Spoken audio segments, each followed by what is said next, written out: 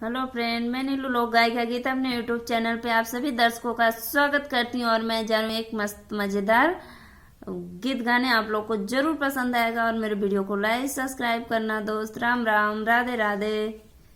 नदिया नरवा के किनारवा के मारेला मछली, नदिया नरवा के किनारवा के मारेला मछली।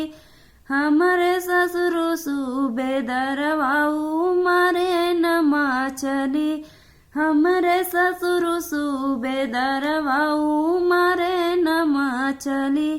हमारी सासु चमक छल्लो बनावे मछली, हमारी सासु चमक छल्लो बनावे मछली। नदिया नरवा के किनारवा के मारेला मछली, नदिया नरवा के किनारवा के मारेला मछली।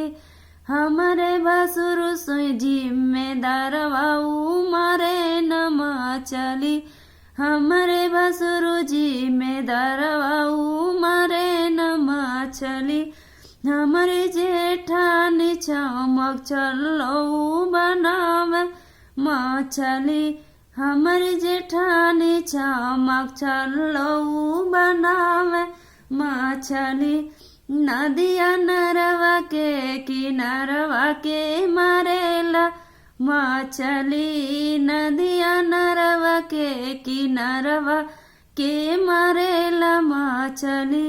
हमारो सैया रंग रसियाऊ मारे न मछली, हमारो देवरू रंग रसियाऊ मारे न मछली।